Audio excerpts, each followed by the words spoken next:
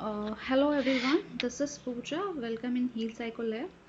And आज से मैं एक नया सेगमेंट शुरू कर रही हूँ. मैंने 11th का एनसीईआरटी का बुक भी शुरू किया है और जिसका फर्स्ट चैप्टर है व्हाट इज़ साइकोलॉजी. उसी के बेसिस पे मैंने सोचा कि क्यों ना हम कुछ एमसीक्यूज़ को भी सॉल्व करें जिसके बेसिस पे हमारी थोड़ी सी अंडरस्टैंडिंग बेटर हो. और एज आई हैव सीन कि बहुत सारे लोग जो हैं वो एमसीक्यूज़ चाह रहे होते हैं और साइकोलॉजी की फील्ड में बहुत ही रेयर बुक्स होती हैं जो एमसीक्यूज़ के लिए मिलें.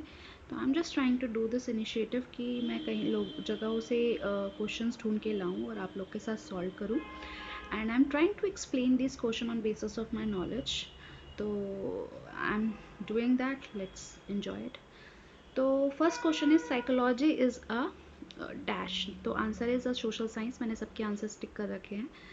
So what does it mean a social science? Because I already told in 11th chapter also that psychology is the discipline of a social science. Okay, तो ये सोशल साइंस का discipline है, ना कि ये किसी साइंस या अदर सब्जेक्ट का. तो it is a social science discipline. Question number 2, psychology as a mind of defined by school of psychology. तो साइकोलॉजी को साइंस ऑफ माइंड ने किसने डिफाइन किया है, कौन सा स्कूल ऑफ साइकोलॉजी? तो इसका आंसर है, the answer is ancient Greek philosopher ने इसको डिस्क्राइब किया था कि साइंस ऑफ माइंड है साइकोलॉजी. तो ये एंशिएंट ग्रीक फिलोसोफर है. देखिए कुछ क्वेश्चंस के आंसर्स मैं एक्सप्लेन नहीं कर सकती. These are only the answers are given which I can give you. जहाँ जहाँ मुझे ज़रूरत लगेगी I will try to explain it. Okay. Question number 3, in the year dash the scientific psychology was first accepted. देखिए 1879 में जो William Wundt थे उन्होंने actually psychology, he is the father of psychology. तो उन्होंने पहली वो जो लेबोरेटरी थी इन्होंने इस्टेब्लिश की थी जर्मनी में. लेप्जिग करके एक जगह थी. तो इन्होंने 1879 में ही वो की थी. तब से माना जाता है कि in the year 1879 the scientific psychology was first accepted. अब बात आती है who is the father of experimental psychology. तो विलियम वुंडेट, क्योंकि इन्होंने ही सबसे पहले इनिशिएट किया और इन्होंने ही स्टैब्लिश की थी लेबोरेटरी इन 1879, पिछले वाले क्वेश्चन का जो मैंने बताया. तो साइकोलॉजी को इन्होंने जब एक्सपेरिमेंट, जब साइंटिफिक वे की बात आती है तो उसमें एक्सपेरिमेंट ज़रूर होते हैं. तो William Wundt is the father of experimental psychology. देखिए बाकी जो ऑप्शन है वो Sigmund Freud has given the psycho analysis. जो कार्ल जंग थे ये भी पहले साइको एनालिसिस के पार्ट थे, बाद में इससे सेपरेट हो गए थे. एंड जो ईवी टिश्नर है he was the part of the structuralism. हालांकि William Wundt also part of structuralism, लेकिन ये उनके सेकेंड टिश्नर इंट्रोस्पेक्शन का टॉपिक दिया था, मतलब सॉरी टर्म दिया था. Fifth, psychology can be literally defined as the science of soul. जो हमने अभी पढ़ा कि एंशिएंट ग्रीक फिलोसोफर है, उन्होंने इसको डिफाइन किया science of soul. J.V. Watson, the founder and father of behavioristic school of psychology, define psychology as the science of behaviour. जाहिर सी बात है, देखिए वॉटसन जो थे ये फर्स्ट बिहेवियरिस्ट थे. इन्होंने एक लिटिल एल्बर्ट एक्सपेरिमेंट किया था फियर को लेके. तो उसी के बेसिस पे तो Watson was the founder and father of behaviour school of psychology. बाकी आप इसमें बिहेवियरिस्ट में पैवलोव, स्किनर का नाम भी सुनते हैं. तो he was the founder and father of behaviour school of psychology, define psychology as the science of behaviour. Question number 7, E V Titchener define psychology as the science of conscious experience. मैंने अभी भी ऊपर आपको बताया कि टिचनर और William Wundt was a part of structuralism. तो he started psychology as a science of. तो ये लोग कॉन्शियस लेवल पे structure of the brain of the बात करते थे. तो ये कॉन्शियस एक्सपीरियंस के ऊपर इन्होंने साइकोलॉजी को डिफाइन किया. Question number 8, who define psychology as the scientific study of activities of organism in relation to its environment. तो वॉटसन तो मैं आपको बता ही चुकी हूँ, he was a behaviourist and Sigmund Freud psycho analytic. William James also start functionalism school. तो actually there is a 4 school in the starting. तो सबसे पहले स्ट्रक्चरलिज्म आया, फिर फंक्शनलिज्म आया, साइको एनालिटिक आया, गेस्टोल्ट आया, ह्यूमनिस्टिक आया, बिहेवियरिस्ट आया. तो बहुत सारे आए थे और उसमें से मैं बाकी आपको बता चुकी हूँ. तो on the basis of that कि जो एक्टिविटीज़ ऑफ ऑर्गेनिजम्स हैं in relation to its environment, that's Woodworth. ठीक है. तो question number 9, S R concept word first establish. देखिए एस आर का मतलब होता है, एस का मतलब स्टूमुले और आर का मतलब रिस्पॉन्स. और जब भी हम स्टूमुले रिस्पॉन्स की बात करते हैं generally happen is the behaviourism. So answer is J.V. Watson, because I have already told you कि बिहेवियरिज्म स्कूल जो है वो वॉटसन ने स्टार्ट किया था. विलियम वुंडेट ने स्ट्रक्चरलिज्म, विलियम जेम्स ने functionalism and I.P. Pavlov is also part of behaviourism. But who is the first establish? तो answer will be J.V. Watson. ठीक है। Question number 10, rejecting the concept of SR connectionism father SOR concept was develop by. तो हमने अभी SR का ऊपर पढ़ा कि ये इन्होंने ऑर्गेनिज्म रिलेशन टू एनवायरनमेंट, तो यहाँ पे SOR का मतलब है S means stimulus, O means organism and R means response. So this concept is also given by Woodworth. Carl Jung hasn't given this. He was the past of psychoanalytical separated हुए थे इससे. Titchener जो है ये structuralism का part बता चुके हैं. Sigmund Freud also psychoanalysis. तो SOR is the concept developed by the Woodworth. Okay.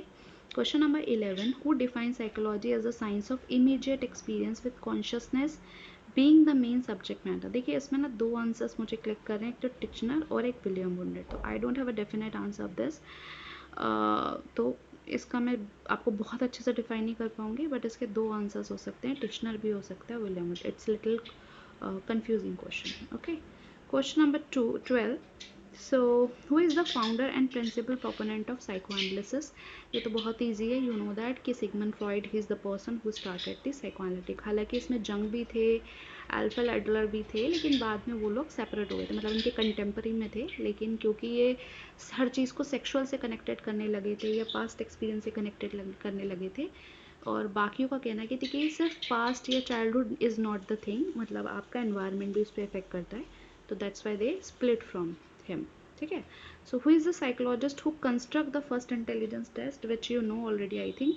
Alfred Binet थे जिन्होंने 1906 में सबसे पहले एक टेस्ट बनाया था जिसे बिने टेस्ट कहते हैं. उसके बाद उसके बहुत डेवलपमेंट हुए, but he was the first person who made first intelligence test. और बाकी ऑप्शन तो है ही नहीं, क्योंकि William James, I told you, he was the functionalist school से थे, बिलोंग करते थे. वॉटसन जो है he was from the behaviourism, and William McDougall भी है, and Alfred Binet is the person who actually first construct the intelligence test. The occurrence of O in SOR concept is responsible in regulating the behavior of the organism and making psychological activity. तो जो O है that is you know organism. ठीक है. तो S से stimuli, O से organism, R से response, and ये एक साइकोलॉजिकल एक्टिविटी को डायनामिक बनाता है. ठीक है ना. Anything which evokes a response in the organism is called stimuli, which have already written in our before question कि SOR है, it means stimuli organism response. तो कौन evoke करता है किसी response को organism में, that is called stimuli. ठीक है ना. Next is 16, the method of field observation is always considered as objective. तो जब हम field observation करते हैं, always consider as objective. Question number 17, to study abnormal psychology means to study mainly the nature of unconscious level of mind. तो जब आप abnormal psychology पढ़ रहे होते हैं तो ना तो आप normality of mind चेक कर रहे होते हैं, ना आप subconscious level. देखिए इनका मतलब समझिए. normality of mind, how the mind normally behave. C is subconscious level of mind means जो आपके जस्ट आप उसे जब आपके अभी एट द टाइम कॉन्शियस में तो नहीं है, लेकिन अगर आपने हल्का सा भी अटेंशन डाला तो आपके सबकॉन्शियस से कॉन्शियस में आ जाए. तो that is called subconscious level of mind and abnormality of mind. तो अबनॉर्मलिटी ऑफ माइंड तो it's more related to bio I think. तो answer will be unconscious level of mind, कि आप अनकॉन्शियस लेवल पे क्या चीज़ें हैं जो आपको अबनॉर्मल बिहेव करवा रही है. Question number 18, clinical psychology deals with the practical aspect of abnormal psychology. As the most of the people know कि क्लिनिकल का मतलब ही है कि वो क्लिनिकल सेटिंग में होगी. It may be hospital or any clinic, and they will be deal with the major disorders, that is called abnormal. ठीक है ना. 19, Sigmund Freud is regarded as the father of dash in psychology. तो we know that Sigmund Freud is regarded as the father of psychoanalytic school, and which is also called psychoanalysis. Ebbinghaus has done the pioneering experiment on dash. देखिए Ebbinghaus is the person who actually started the first working on memory. ठीक है. तो Ebbinghaus जो था, इसी ने सबसे, इन्होंने, अगर आपको याद हो, आपने ठीक से पढ़ा हो, तो इन्होंने एक ग्राफ भी दिया था कि हम 1 घंटे में मोस्ट ऑफ द थिंग्स भूल जाते हैं, और अगले 8 घंटों में हमारे पास 40% चीज़ें जो होती हैं वो लेफ्ट आउट रहती हैं. ठीक है. So next the question 21 is science is invariably characterized by the its methodology. As we know the science is invariably जो है वो it's based on the methods, so that is called it's invariably characterized by its methodology. Question number 22, general psychology deals with fundamental branches of psychology. तो when we read about the general psychology, तो हम जो है सारे branches of psychology को deal कर रहे होते हैं। तो आपको पता है कि जब when we read the general psychology book, we read all the concept. It's not only about personality development और intelligent, it's about all the branches. Industrial psychology, it is applied psychology. देखिए इंडस्ट्रियल साइकोलॉजी वो होती है जो industries में, organisations में जो psychologist काम करते हैं उन्हें इंडस्ट्रियल, ताकि वहाँ के जो एम्प्लॉयज़ हैं उनके इनपुट को बढ़ाया जा सके और ज़्यादा प्रोडक्शन किया जा सके, ज़्यादा उनसे प्रोडक्टिविटी ली जा सके। तो इंडस्ट्रियल साइकोलॉजी जो एक तरीके की अप्लाइड साइकोलॉजी होती है। और अप्लाइड साइकोलॉजी क्या होती है? अप्लाइड साइकोलॉजी वो होती है जिसे आप प्रैक्टिकल लाइफ में इम्प्लीमेंट करते हैं। तो it is that. And question number 24, development psychology studies various stages of development of man. तो डेवलपमेंट साइकोलॉजी का मतलब ही होता है, जिसमें आपने नाम सुने होंगे पियाजे, है ना, कोलबर्ग, बहुत सारे हैं। तो ये जो ऐसे साइकोलॉजिस्ट है डेवलपमेंट साइकोलॉजी, या इरिक्सन का नाम सुना होगा, तो ये जो है ये स्टडीज़ करते हैं various stages of development of man, कि किस तरह के, जैसे इरिक्सन की 8 स्टेजेस है, ट्रस्ट वर्सेस मिस्टर से लेके लास्ट तक डिसअपियर तक, एंड पियाजे की 4 स्टेजेस हैं। तो इस तरीके से they have given the stages, या फ्रॉइड की भी स्टेजेस है, बट डेवलपमेंट साइकोलॉजी में generally we take the name of Erikson and पियाजे। So these are the stages development of a man they studies. Question number 25, abnormal psychology is concerned with abnormal behavior and its causes. तो ये एक abnormal behavior और उसके पीछे के कारणों को जानने का एक कंसर्न होता है। 26, social psychology deals with behavior and experience in social situations. तो ना केवल behavior बल्कि किस तरह के एक्सपीरियंस होते हैं, हम किस तरह के सोशल सिचुएशन में बिहेवियर परफॉर्म करते हैं और किस तरह का एक्सपीरियंस होता है, it's about that.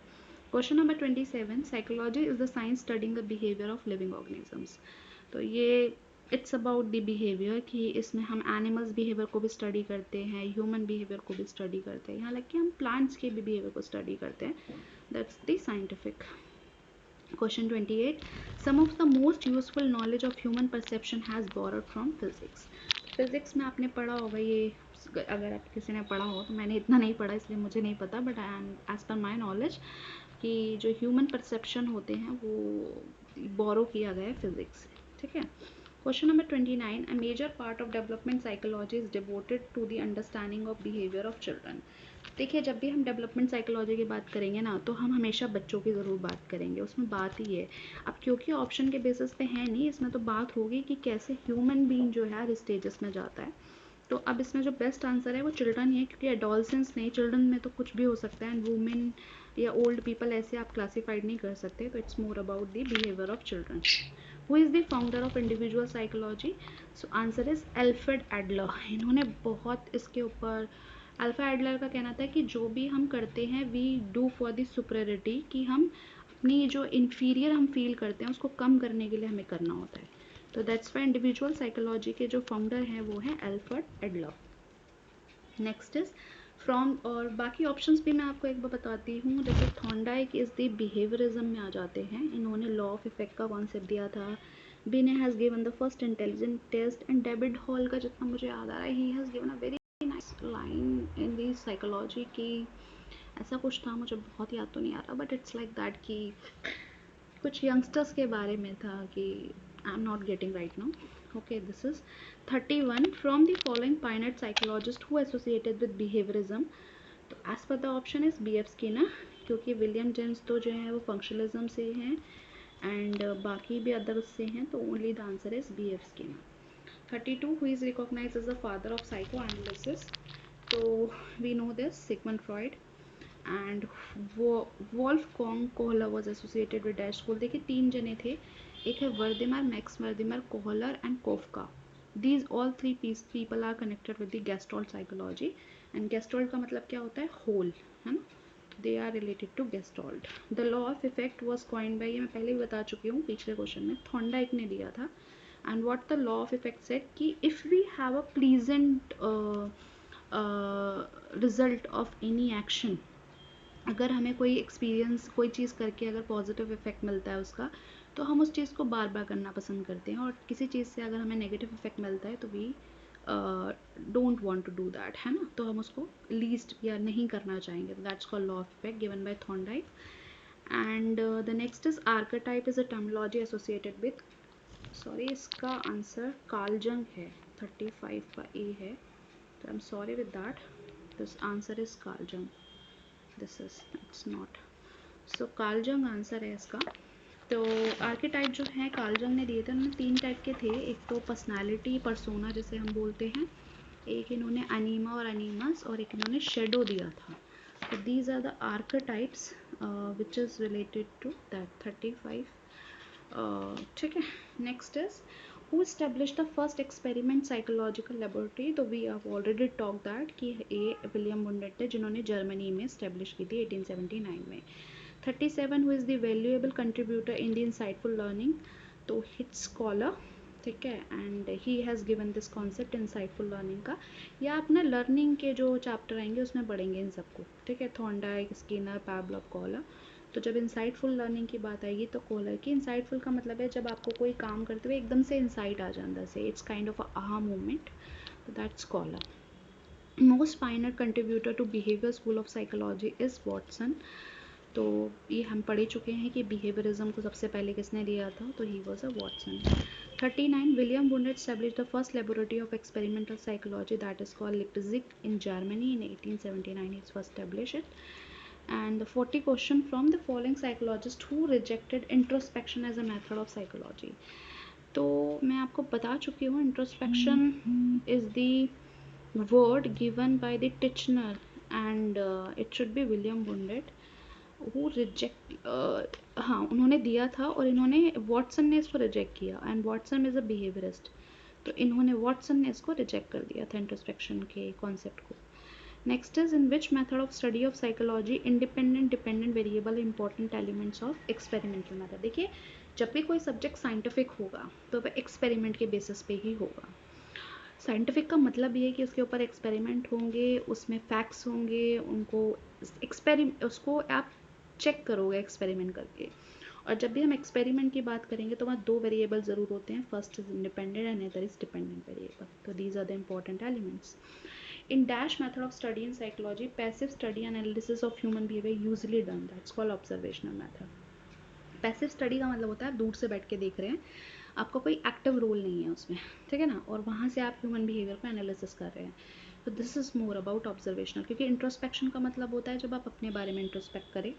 Experimental which I have already told you, जिससे आप एक्सपेरिमेंट करें, तो इसमें एनालिसिस तो पैसिव स्टडी नहीं होती है, एक्टिव होती है, and genetic method is also active, so observational is the passive and analysis of human behavior. 43 in the simplest experiment method E manipulates one variable, जब आप सिंपलेस्ट एक्सपेरिमेंटल करेंगे, देखिए एक एक्सपेरिमेंट में मल्टीपल इंडिपेंडेंट डिपेंडेंट वेरिएबल हो सकते हैं, but generally जब एक एक्सपेरिमेंट आप सिंपल एक्सपेरिमेंट मेथड की बात कर रहे हैं तो ई मैनिपुलेट्स, तो और वो कौन सा मतलब क्या हो गया यहाँ पे, मैनिपुलेट्स किसको करेगा, इंडिपेंडेंट वेरिएबल को, ठीक है, उसको सॉरी मैनिपुलेट करके he will see the effect of on the dependent variable की इसका इफेक्ट कितना पड़ रहा है डिपेंडेंट वेरिएबल पे।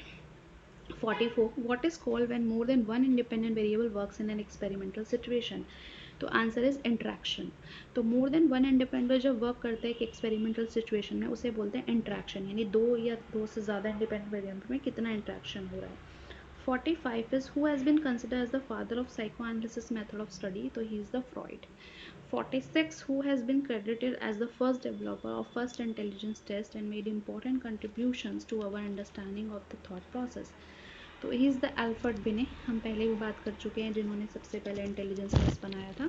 उसके बाद बहुत सारे लोग आए थे, साइमन हो गया, हालांकि गेल्टन has given the IQ concept first, उसके बाद स्टैन आ गए, और एक और हैं that is called Stanford university के होंगे, सो बहुत सारे लोग हैं, I will discuss in the chapter of intelligence, but right now till here is that Alfred Binet is the first person. 47 the concept like introspection and conscious experience associated with structuralism, given by the Wundt and Titchener. Provisional theory of explain observe factors known as hypothesis, जब आप एक provisional theory, देखिए provisional जब आप on the just अभी वो theory complete नहीं हुई है, you are just making an assumption on that, आप हाइपोथेसिस बना रहे हैं on the basis of observe facts जो आपको दिखाई दे रहा है। सपोज आप कहते हैं कि किसी भी मतलब आप कोई हाइपोथेसिस बना रहे हैं कि भाई मान लीजिए कि ब्राह्मी खाने से मेमोरी बढ़ती है। आपने किसी ने शायद ब्राह्मी खाई होगी, उसके इफेक्ट देखे होंगे कि मेमोरी इंक्रीज हुई, तो they have made a hypothesis कि चलो ऑब्जर्वेसिस पे बना लेते हैं, देखते हैं कि इज इट ट्रू और नॉट। फिर उसके ऊपर एक्सपेरिमेंट किया गया, and if they find the same result then it means your hypothesis tested, it becomes a theory. But if it is in the initial stage, so this is called hypothesis.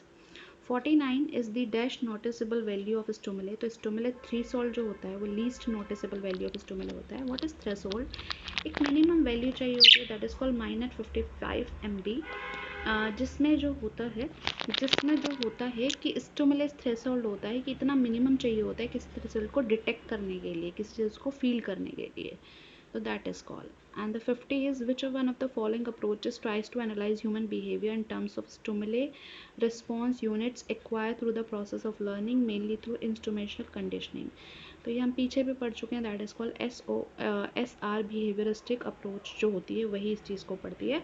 मैं इसको यहीं पे अभी समाप्त कर रही हूँ. Next 50 question, more than 50 question, I will make it in a different video. Okay, thank you.